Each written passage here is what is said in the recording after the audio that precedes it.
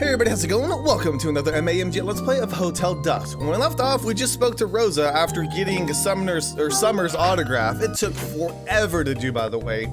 Pretty much was a whole episode. But now we know that he's a big fat phony, because he lied to us about the pen, and I'm starting to think he didn't even write that novel himself. So we're gonna check in and see if he's in his hotel room. Ah, he is. Okay, cool. Greetings, Mr. Hyde. Got a minute? Please, don't tell me you need another autograph. No, I've got some questions for you. Is that so? Very well, Mr. Hyde. Query away. Can you sign this book for me instead? Be awesome. But no, I'm so over getting an autograph from you. Thanks, Summer. This won't take too long. What is it? Look, I'm just an average Joe. A salesman who doesn't spend time reading, you know? But talking with you, a guy who's written a bestseller, got me to thinking. What's it like to write a book? To have strangers know you and all that jazz? So, I was hoping you could fill me in on a couple of things. Like, how do you write a bestseller? Stuff like that. How does one write a best-selling novel? Is that what you're asking me? Yeah, I mean, you wrote The Secret Word and everybody read it, right? So teach me. Tell me how to come up with a story that everyone loves. Oh, my dear man, the essence of a novel is not something so easily distilled. Come on, Summer. I ain't asking how to turn lead into gold. I just want a few pointers so I can take a stab at this writing gig myself. Mr. Hyde, what you are thinking is very nearly impossible. Wait, hold on. But if you can do it, is that gonna make him mad? Let's try it. I guess I got the idea after seeing that notebook. Oh, notebook. Yeah, the old notebook that got delivered to me by mistake. That was the manuscript for your novel, right? I mean, it looked like the same story to me, but what do I know? So anyway, that's how you get started writing a book, right? Yes, but... Mr. Hyde, you read my notebook. You read it. Yeah, I did. And you know what else? There's something odd about it. The handwriting in the notebook, not yours. Give it up. You're a big liar. Different handwriting. Should we just... I don't know if I should be like straightforward with them or not. I feel like it's gonna make him mad though. But we said like if you could do it, then you know, blah blah blah. Alright, call on out. I don't think it's really your notebook. Ah crap, I made him mad. What are you talking about? Of course it's mine. Sorry about this, but let me ask you one more time. Let me rephrase that. My good man, enough. How much longer must I stand here while your cries of j'accuse assail me? There's something odd about it. The handwriting in the notebook, not yours. Yeah, I know. Let's see, give it up. Okay, different handwriting. The handwriting inside didn't look anything like your signature. Maybe you, I don't know, dictated your story to someone? This conversation is beyond the pale, sir. Beyond the pale, indeed. And you know what else? See, I can't get that pen out of my head. So? I don't know how accusatory to be. Your name's not Alan. It's not. You told me that your real name is Alan. You're a liar. Your name's no more Alan than mine is. What did you say? Martin Summers, not your pen name. It's the one your mother gave you. Now, see here, I won't. You won't what? What's the problem? It's a simple question. I don't see why this is so hard for you. You don't understand. You can't understand. There are so many steps in producing a work of art. So many. Like stealing, lying, forgery. Can I save? I would love to save right now. That's not my save thingy. I keep doing that. What are you looking at? Nothing, sorry. Why are you so angry? Let's just go with it. Let me take a wild guess here, Shakespeare. I think I know why you're so bent over by looking at your notebook. Your handwriting is awful. It's because there's a secret hidden inside. And there's something else that doesn't add up, too. If it's your notebook, why did you send it to yourself? Well, I didn't. I had someone send it here for me. Okay. Who wrote the novel? Oh god, here we go. The author of the story in the notebook. Who really did it? Who is it? It's me, of course. Crap. Could it be anyone else? It definitely could. Ah, crap, he's gonna kick me out. Mr. Hyde, on what do you base your assertion? How can you claim that I am not the author of the notebook? Do you have some proof to back your preposterous proclamation? If you do, then I must insist you present it at once. Proof? Correct, sir. Alright. You want proof? I think I could come up with something. Excuse me? Give me your autograph. I hardly think this is the time to... Close your head and sign. And make it your real name. Got me? My real name? Sign here. Use that fancy pen of yours. I open my notebook and hand it to Summer. If you insist, I must say, Mr. Hyde, you are being most disagreeable. I'm not getting kicked out? Really? Summer signs the notebook. I hope this will satisfy your mad request. Yep, that'll do. Now, show me your old notebook. I beg your pardon? Your real name's gotta be written in the old notebook, right? I'm gonna compare the signatures. Mr. Hyde, that's... Here we go, okay. So how... Whoa, what am I doing here? What am I doing? Am I circling? Can I like that? Like this? I'm afraid that's not gonna work. Okay. I don't know what I'm doing here. Oh, the ER thing?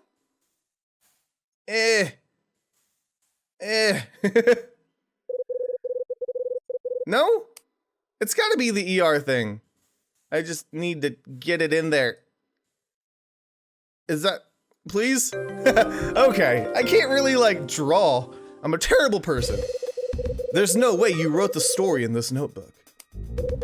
Look at the ER. That's not how you write them. Not even close. That's... Okay, so who wrote the novel? You big fat liar? The author of the story in the notebook? It wasn't you. Ah! So, who actually wrote it? Was it Alan? That what? That's not a sentence. That's just a stutter. Who's Alan? All right, let's see if I can not make him upset and get kicked out here. Who's Alan? That? Okay, sure. We're just gonna that it on our way, I guess. Who mailed you the notebook? That. This whole thing reeks to high heaven. Are you just gonna that everything? What are you hiding?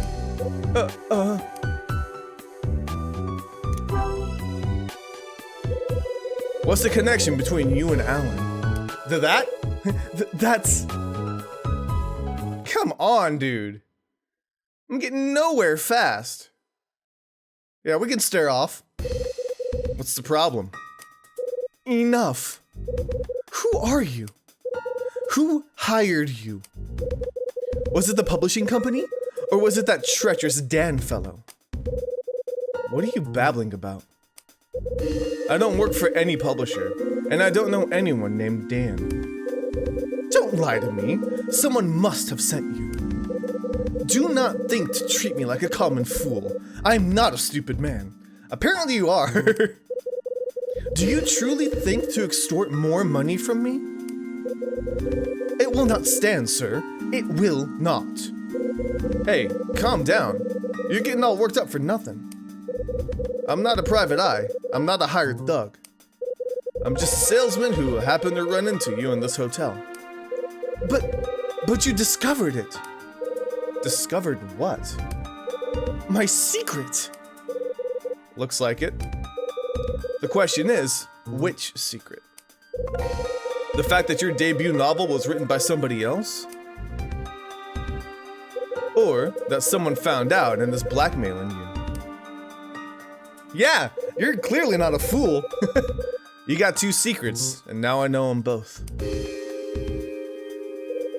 That about cover it, or you got more skeletons rattling around in your closet?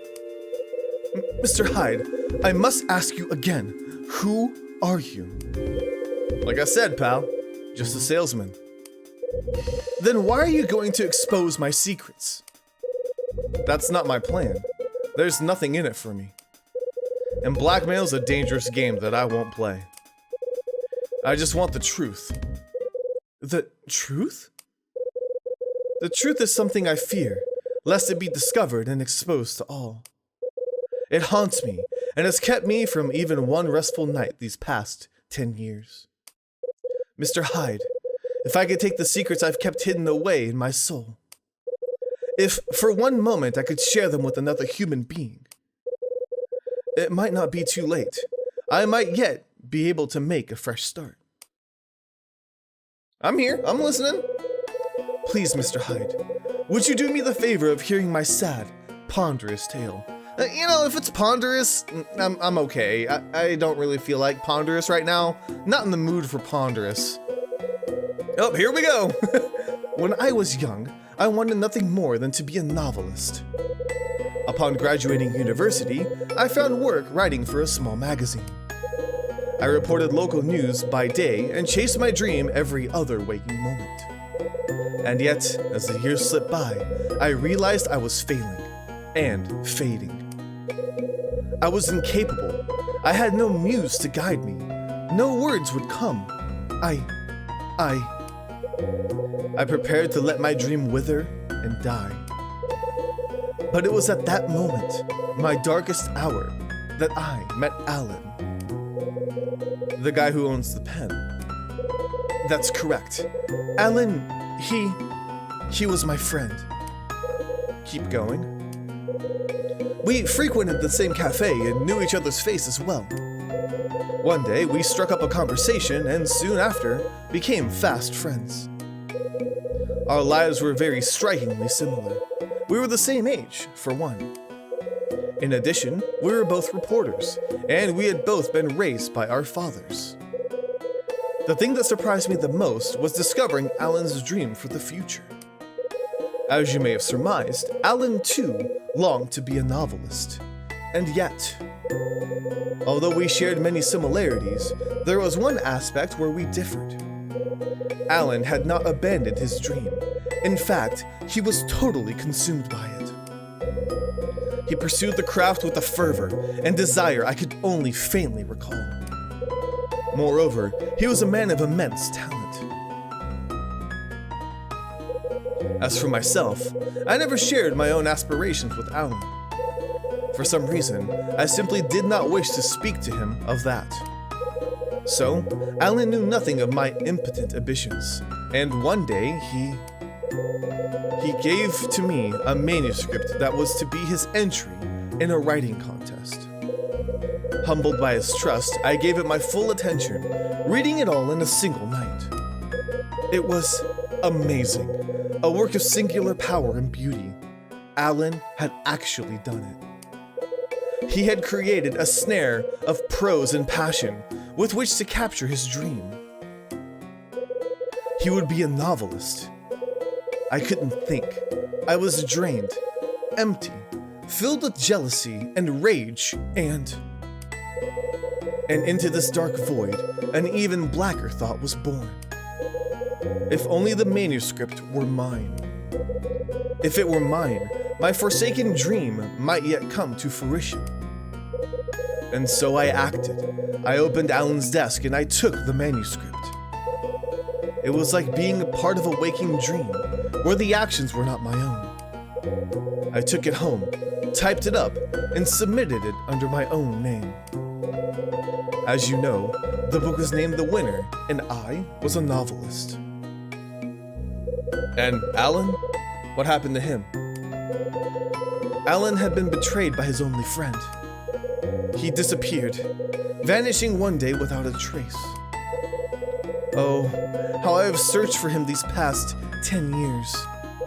And yet, I am no closer to finding him than I was when I started.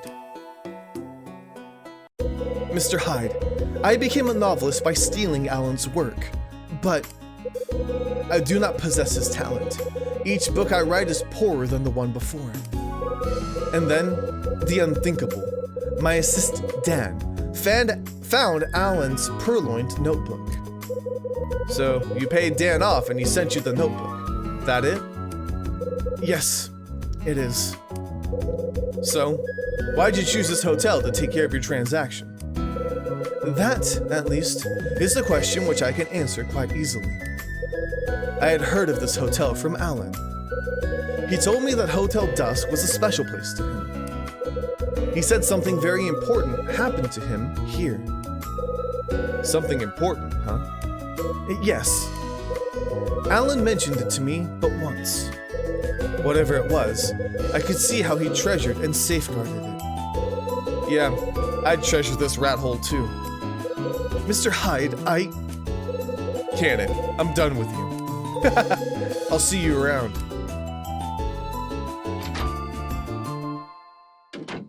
Alrighty. So Summer stole his pal's story. Wonder what his buddy Alan's up to now. And what was the memory he told me about? What in the hell happened here? How many secrets does this place have? Starting to get on my nerves.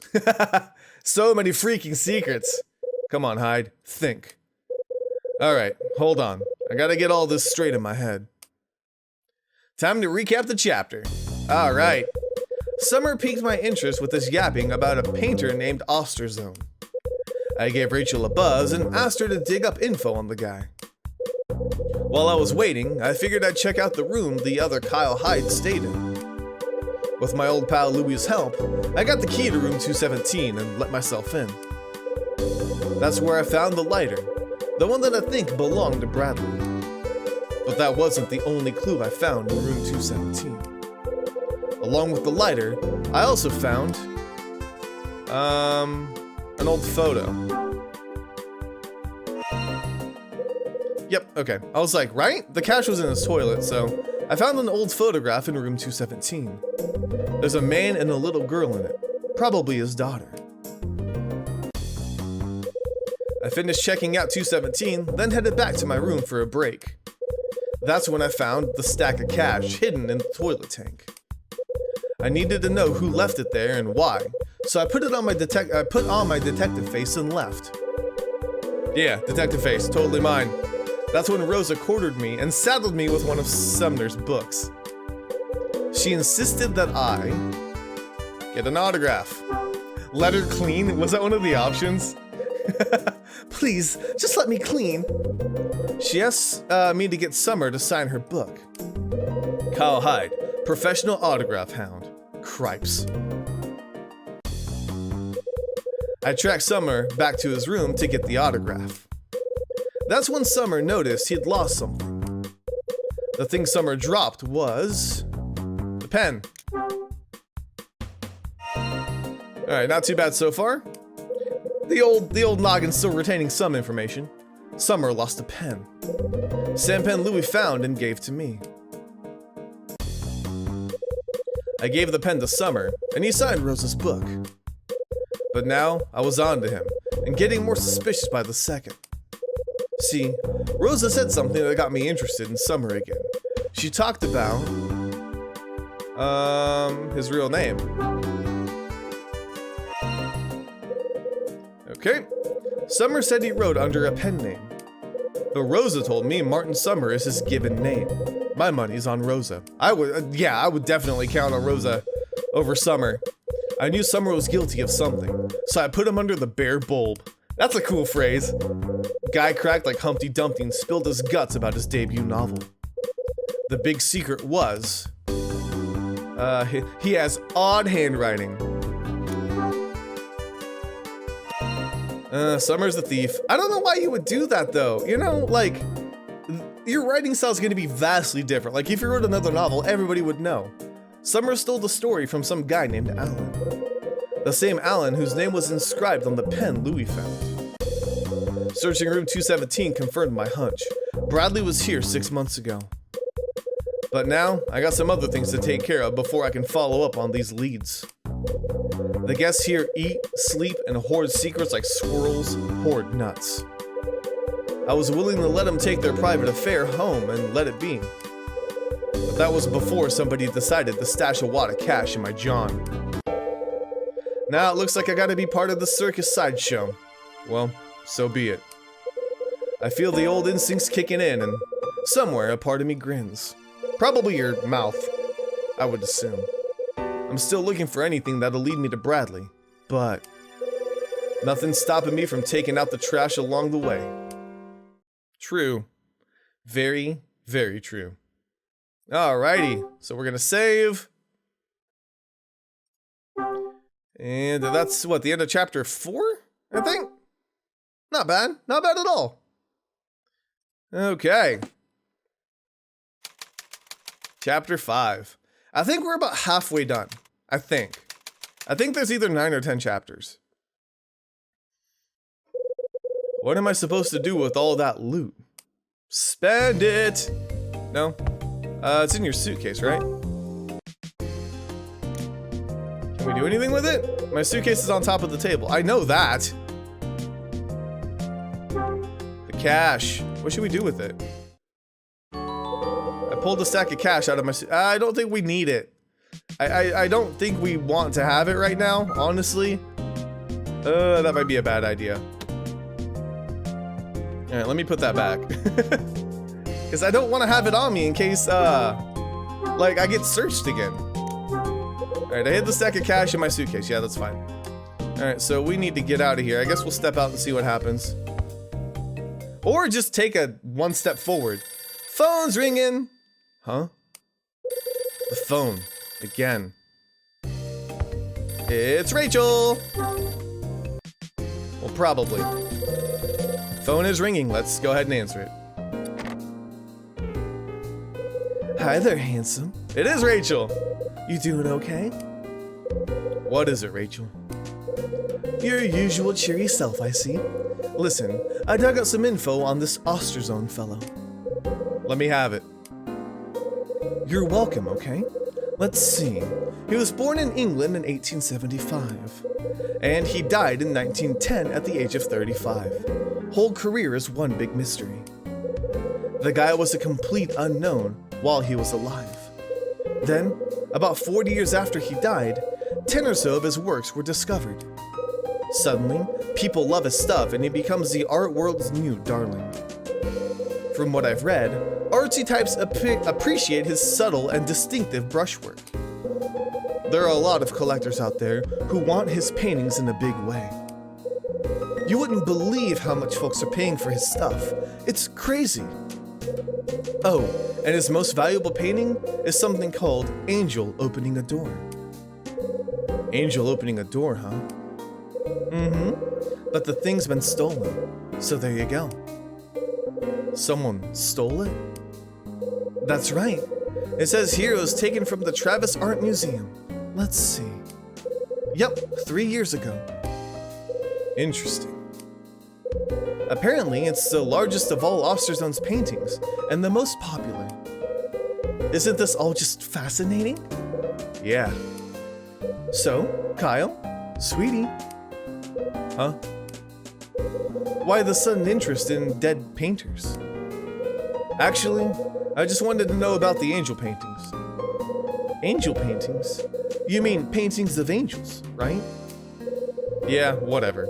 Listen, I found some dirt on Bradley in the last few hours. Bradley? That's the man you're looking for, right?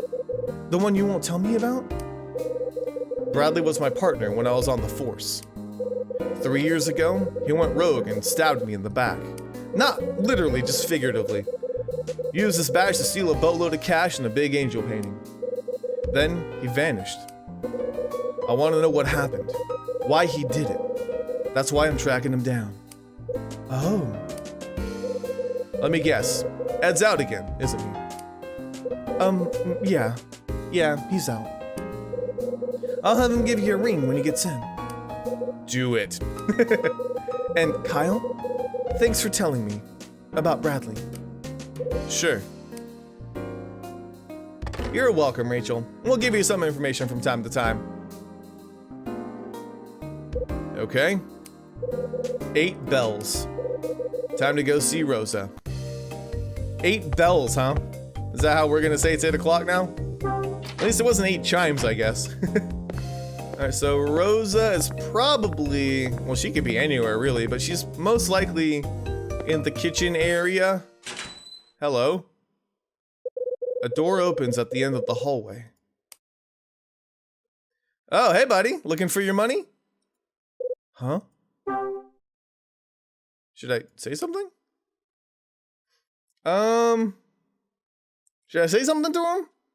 Yeah, why not? What's wrong now? Alright, what's wrong now? Something happened? You look like a roadkill. It's nothing. Really? Great.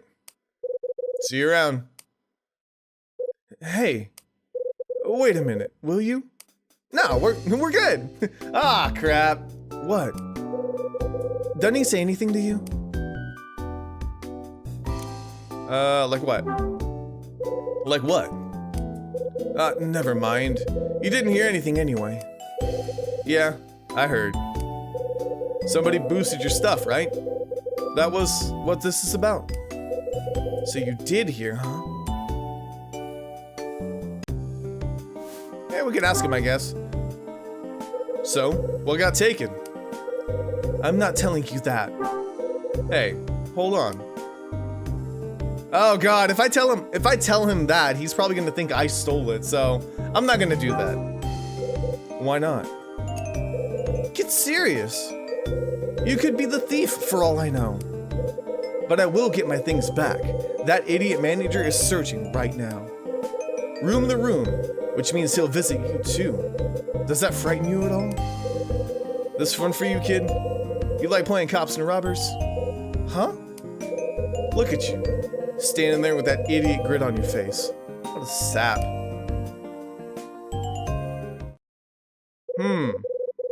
Crap! What in the name of Sam Hill's going on here? Someone's yelling behind me, and I think I know who it is. Something happened? We're just talking. Great. Last thing I need in my life's more useless chit-chat. Then stop wasting time and start searching. You are so utterly useless. Why won't you look for my things? These two.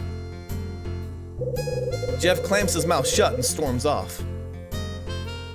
Well, crap. You plan on going through everyone's things? I look like Sherlock Holmes to you? If there's an investigation, I gotta call the police. Much as I hate to. I bet. But what? Okay, I'll bite. What's the problem? What's wrong? Ain't nothing. But, again with the but. What is it? It's that Angel kid.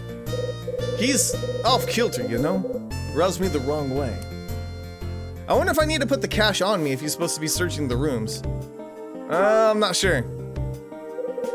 Why does it seem off kilter? Sometimes when I call him, he don't react. Doesn't react, like how? He ignores you? I ain't exactly sure, but I'll talk to him and it's like you don't hear me. Gotta say his name a few times before he pays attention. And he's all bent out of shape about his stuff being stolen, right? But he don't seem upset in the right way. More like it's an act. And all this business about searching everyone's stuff? Had enough of that.